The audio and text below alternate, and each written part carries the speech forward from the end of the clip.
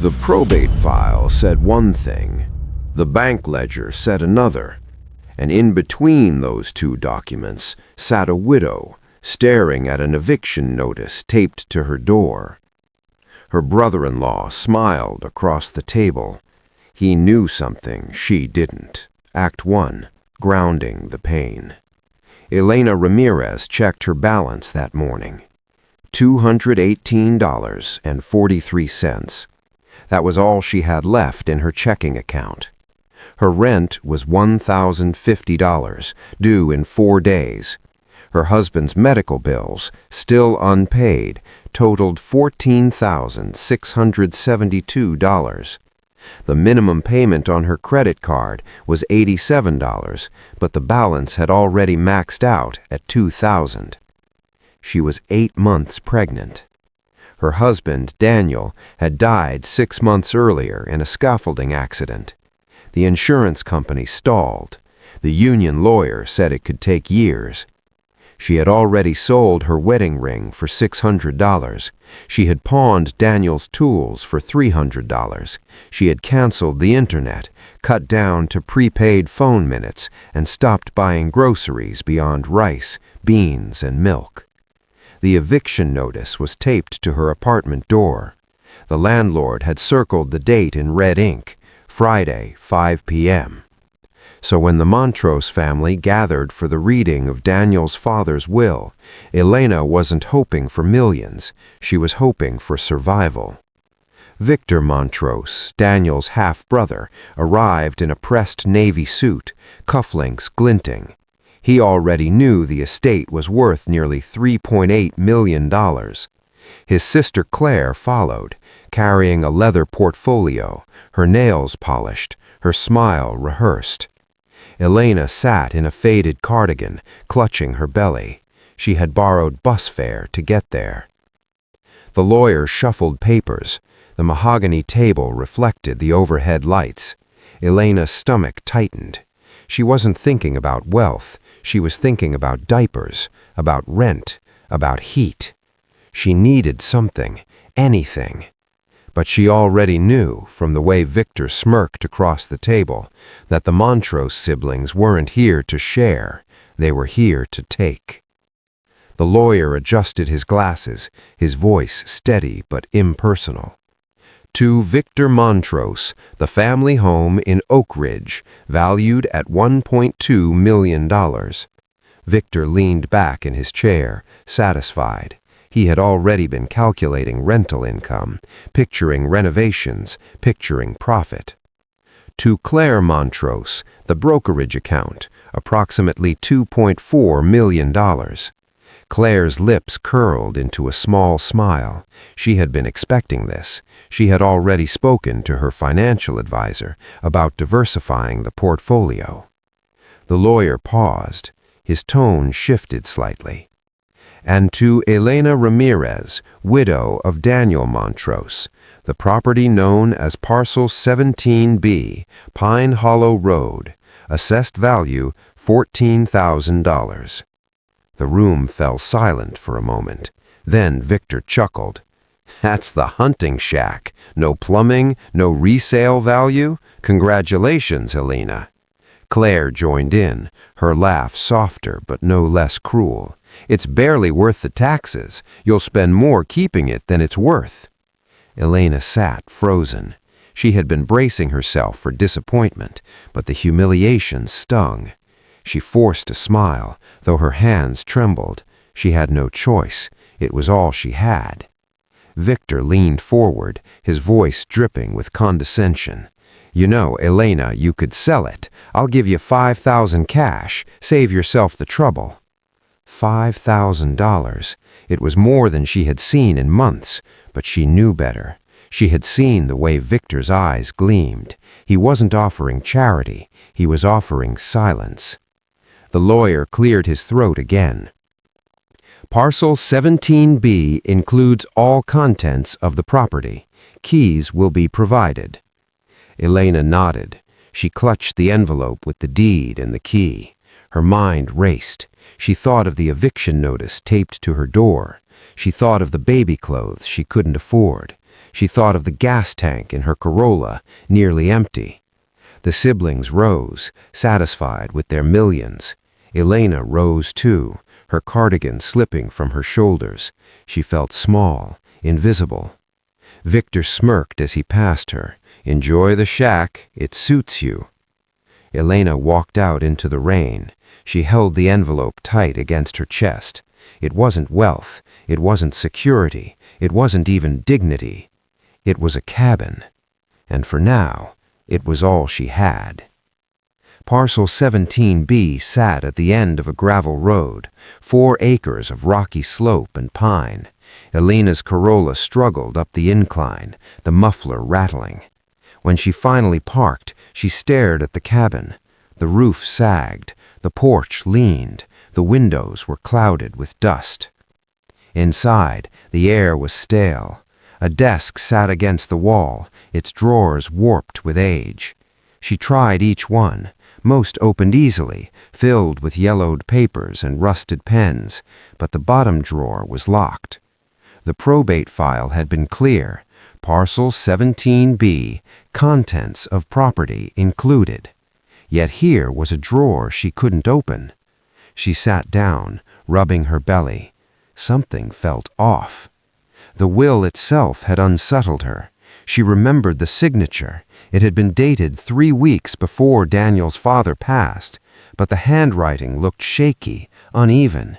She had seen his driver's license once, years ago, when Daniel renewed his own. The signature then had been firm, deliberate. This one looked forced. She thought about the lawyer's phrasing. Parcel 17B, assessed value $14,000. He had said it quickly, almost dismissively. But why include the cabin at all? Why not leave it to Victor or Claire? Why give it to her, the widow they barely acknowledged? Elena walked through the cabin slowly. The floorboards creaked, the walls leaned, yet certain details stood out. A stack of envelopes on the shelf, all unopened. Dates on the postmarks didn't align with the timeline in the probate file. One letter was stamped 2 days after the father's recorded date of death. She picked it up, turning it over in her hands. Who had been sending mail to a man already gone? The unease grew. She noticed the tax records pinned to the wall. Property taxes had been paid late, but always in cash. Receipts bore initials she didn't recognize. She sat back at the desk, staring at the locked drawer. The key wasn't in sight. She pressed her palm against the wood. Something was inside. Something her father-in-law hadn't wanted Victor or Claire to see. The cabin wasn't worthless. It was hiding something. And Elena realized she had inherited more than a shack. She had inherited a question. 3 nights later, Elena sat at the cabin desk, staring at the locked drawer. The key wasn't anywhere in sight. She had searched the shelves, the floorboards, even the rusted tin box in the corner. Nothing. Finally, desperation pushed her to act. She wedged the tip of a screwdriver into the seam and forced it. The drawer groaned, splintered, and gave way. Inside was a single object, a ledger. Hardbound, worn at the edges, pages filled with neat handwriting. She turned to the first entry. January 8th, $12,000 withdrawal. Cash, Victor present. Her pulse quickened. She flipped further. March 12th, $480,000 wire to Victor, not disclosed. She froze. Nearly $500,000 moved quietly. No mention in the probate file. Another entry. April 3rd, trust amendment filed. Executor pressured. Elena's breath caught. She wasn't a lawyer, but she understood enough. A trust amendment meant changes to inheritance. Executor pressured meant someone had leaned on the man responsible for carrying out the will. She kept reading. The handwriting grew shakier with each page, but the numbers were precise. Dates aligned with hospital records she remembered. Transfers happened while Daniel's father was bedridden. The ledger contradicted everything the family had been told. It wasn't just sloppy accounting, it was deliberate concealment. Elena sat back, the weight of the book heavy in her hands. Why had her father-in-law documented this? Why leave it in the cabin? Why give the cabin to her, the widow everyone dismissed? She thought of Victor's smirk at the reading, his casual offer to buy the cabin for $5,000. He knew. He had wanted this ledger gone. The cabin wasn't worthless. It was deliberate. Her father-in-law had hidden the truth here, trusting Elena to find it. She closed the ledger, her hands trembling. She whispered to herself, "This isn't an inheritance, it's evidence." Elena carried the ledger into the lawyer's office 2 days later. She laid it on the polished table, her hands trembling. The lawyer flipped through the pages, his brow furrowing deeper with each entry. "This was never submitted," he said quietly. "If accurate, it means assets were concealed. That's fraud. Probate law requires full disclosure. This ledger suggests deliberate manipulation." Elena swallowed hard. What happens now? He hesitated. "If you pursue this, it could trigger a forensic audit. But understand, Victor will fight. He has resources. He'll try to discredit you." Word spread quickly. That evening, Victor appeared at Elena's apartment. He didn't knock. He leaned against the doorframe, smiling as if he owned the building. "You don't understand how probate works," he said smoothly. "That ledger means nothing. It's just scribbles from a dying man. But if you keep pushing, I'll make sure the county condemns that shack, and you'll lose even that." Elena stood her ground, though her knees shook. "It's not scribbles, it's proof." Victor's smile hardened. "Proof? You think a judge will side with you? You're broke. You can't afford lawyers. You can't afford court fees. You can't even afford rent. Meanwhile, I have a team ready to bury you in paperwork. You'll drown before you even get a hearing." Elena's voice was low, steady. "Why are you so afraid of me, Victor? If the cabin is worthless, why show up here? Why threaten me?" His jaw tightened. For a moment, the mask slipped. "Because you don't belong in this family. Daniel was a mistake, and you're clinging to scraps. Sign the transfer papers. Walk away. I'll give you $10,000 cash tonight." 10,000, enough to buy time, enough to move, enough to survive. But Elena saw the greed in his eyes. He wasn't offering mercy. He was offering silence. She shook her head. "No." Victor stepped closer, invading her space. "Listen carefully. If you don't sign, I'll make sure the inspector condemns that shack. Unsafe living conditions, structural instability. You'll be evicted, and when that happens, you'll have nowhere. Think about the baby, Elena. Do you want to give birth in a shelter?" Elena's hands clenched at her sides. She thought of Daniel. She thought of the ledger. She thought of the truth her father-in-law had hidden for her to find. Her voice was firm. "Get out." Victor's smile vanished. He snatched up the papers, his coat brushing against her arm as he stormed out. Elena locked the door behind him. She leaned against it, her chest heaving. The war had begun. Elena spent nights at the cabin desk, the ledger open, her phone buzzing with bank statements she had requested. Each document confirmed what she already suspected. The transfers were real. The dates matched. The amounts were precise. Victor hadn't just inherited wealth. He had siphoned nearly $500,000 before his father's death. He had convinced the old man, frail and medicated, to sign a trust amendment. He had promised to handle the taxes. In reality, he had redirected funds into his own account. Claire's silence now made sense. She knew. She stayed quiet, hoping to secure her own share. Her brokerage account was untouched, but her complicity was written between the lines. Elena sat back, the weight of the book heavy in her hands. The cabin wasn't worthless.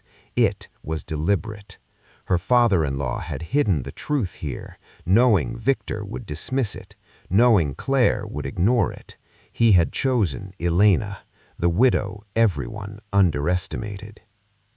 She remembered Victor's smirk at the will reading, his casual offer to buy the cabin for $5,000, his threats at her apartment door. He hadn't feared the cabin. He had feared what was inside. The betrayal reframed everything. Victor hadn't just stolen money.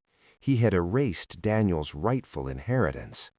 He had stripped Elena's child of security before birth. Elena whispered to herself, the words heavy. This isn't about property. It's about power. She realized the ledger wasn't just evidence. It was a weapon. It documented manipulation, coercion, and fraud. It exposed the executor's weakness. It revealed Claire's silence. The truth was clear. The Montrose fortune wasn't built on stability. It was built on deception. And Elena, dismissed as powerless, now held the proof. She closed the ledger, her hand steady for the first time in months. The war wasn't about cabins or cash. It was about exposing corruption. And she knew the fight had only just begun. The probate hearing was held in a downtown courthouse, its marble floors echoing with footsteps, its walls lined with portraits of judges long gone. Elena sat at the petitioner's table, the ledger placed carefully in front of her. She wore the same cardigan she had worn to the will reading, but her posture was different now. She was steady. Victor sat across the aisle, flanked by two attorneys in tailored suits. Claire sat beside him, silent, her eyes fixed on the floor. The judge entered, papers in hand. We are here to address allegations of concealed assets in the Montrose estate. Elena's lawyer opened the ledger, presenting the entries one by one, dates, amounts, transfers.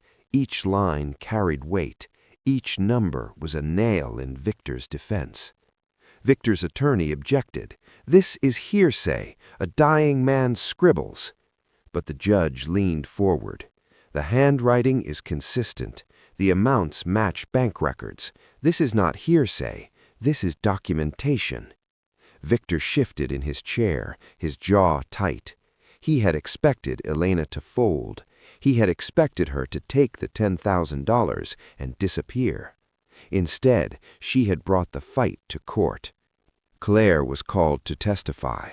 Her voice trembled. I knew about the transfers. I didn't say anything. I thought it was legal. The courtroom fell silent. The judge's ruling was measured.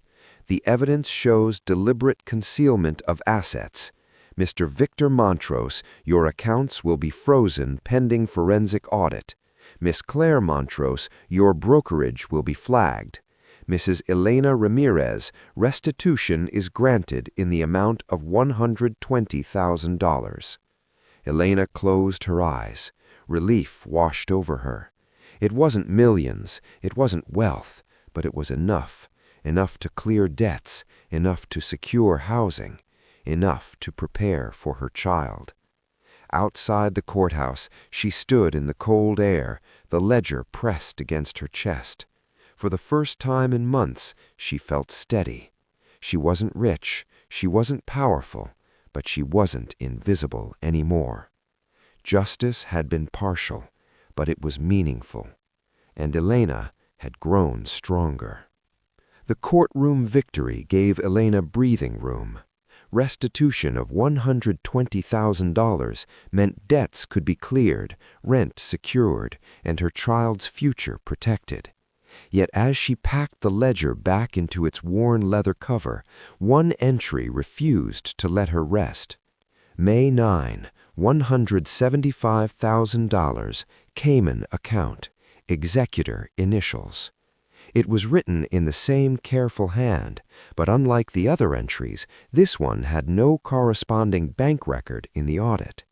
The forensic accountants traced wires, confirmed withdrawals, froze Victor's accounts, but this transfer vanished into silence.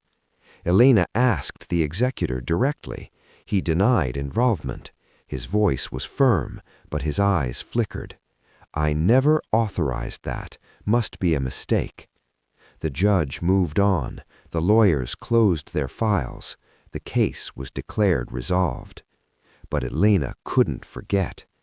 She sat in the cabin one evening, the ledger open on the desk, her newborn asleep in a basket beside her. The fire crackled. Outside, the wind pressed against the walls. She traced the entry with her finger. The initials were clear. They matched the executor's signature on probate filings. Yet the money was gone. No trail, no receipt, no explanation. Who had taken it? Victor? Claire? The executor himself? The thought gnawed at her. The restitution had given her stability, but the missing $75,000 was a shadow. It meant someone else had profited, someone else had manipulated, someone else had walked away untouched. She closed the ledger again, the same drawer her father-in-law chose to hide it in. She whispered to her child, "We're safe, for now." But she knew safety was temporary. The Montrose family's corruption had been exposed, but not exhausted. The ledger was both shield and sword, and one unanswered line remained like a wound that refused to heal. The inheritance gave her strength, it gave her justice, but it also gave her a question that might never be answered. $75,000. Gone. Unresolved. And in the silence of the cabin, Elena understood. Some betrayals never close. They linger.